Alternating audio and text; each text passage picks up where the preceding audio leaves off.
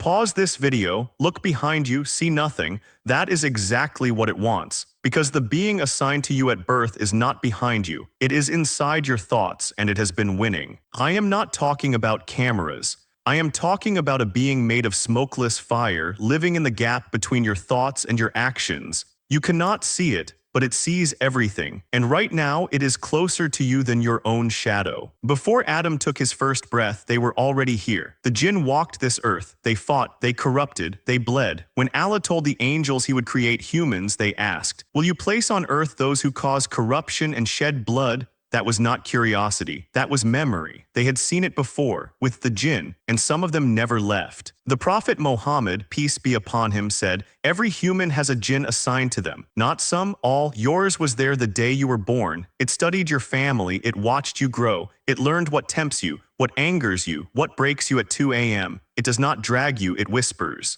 Just this once, you deserve it. No one will know, and the deadliest part, it sounds exactly like you. That voice telling you to delay your prayer, to click that link, to send that message at midnight, ask yourself, was that really you?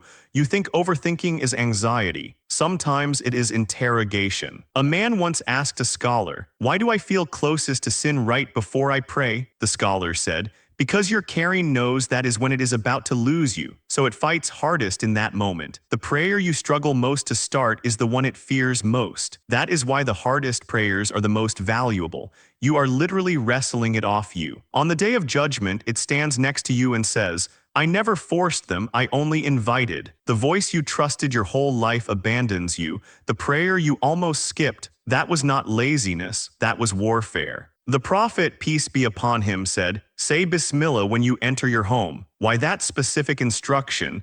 Because if you do not, something else comes in with you. Every time you said Bismillah and felt stupid, something just got blocked at your door. He said close your doors at Maghrib, cover your food and water, bring your children inside, exact time, exact command, because at that hour they spread. The Prophet, peace be upon him, said if you find a snake in your home, warn it 3 times before you kill it. Why? Because it might be a Muslim jinn. Your bedroom, your kitchen, your living room, you think you are alone. The unseen world does not exist beside yours. It bleeds into it. Shaytan is not one being, it is a title. Any jinn that devotes itself to your destruction earns it. And at the top of that chain, Iblis, he worshipped among angels. He rose higher than most, until one command shattered everything, bow to Adam. He said, "I am better than him," not anger, pride, and he swore, "I will come at them from every direction." The Prophet, peace be upon him, told us Iblis sends his forces out daily. They return and report. Made someone miss Fajr, acknowledged, planted a doubt, noted. But the one who separated a husband from his wife, that one gets brought closest. The greatest victory is not riots in the streets. It is a whisper in the bedroom, a crack today,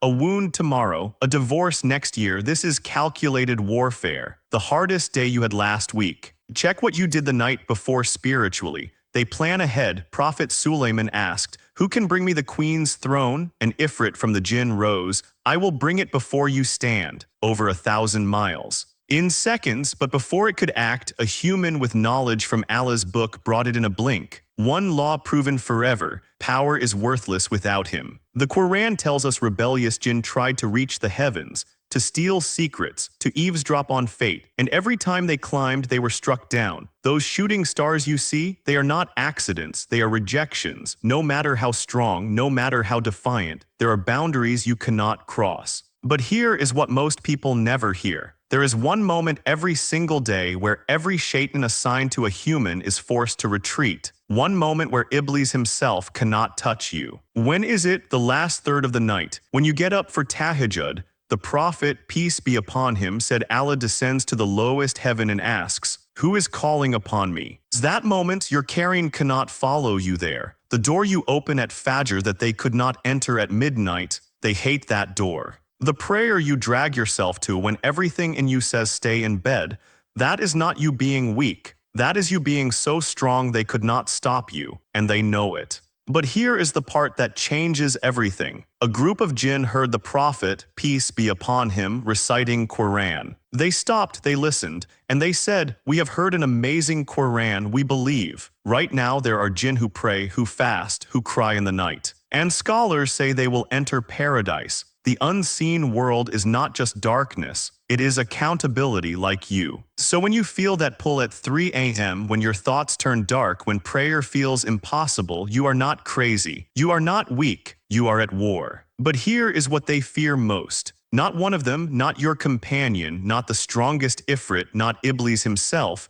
has power over a heart that remembers Allah. Your weapon is not fear. It is His name on your lips. It is His words in your heart. It is His book in your hand. The same Quran that made the Jinn submit is available to you right now. The unseen is real, the enemy is organized, but the one who created them controls them, and when you hold on to Him, they cannot touch you. If this changed how you see your own thoughts, comment, Allah is my protection. Because you were never alone in that room, you just did not know who else was there. Now you do. But here is what most people will not tell you. You're caring, it will be in paradise or hell. Based on whether it succeeded or failed with you, think about that. The being that whispered to you your whole life will spend eternity in the result of that battle. Which means this was never just about you. You were responsible for a soul you could not even see. So the next time it whispers, remember you are not just saving yourself, fight back.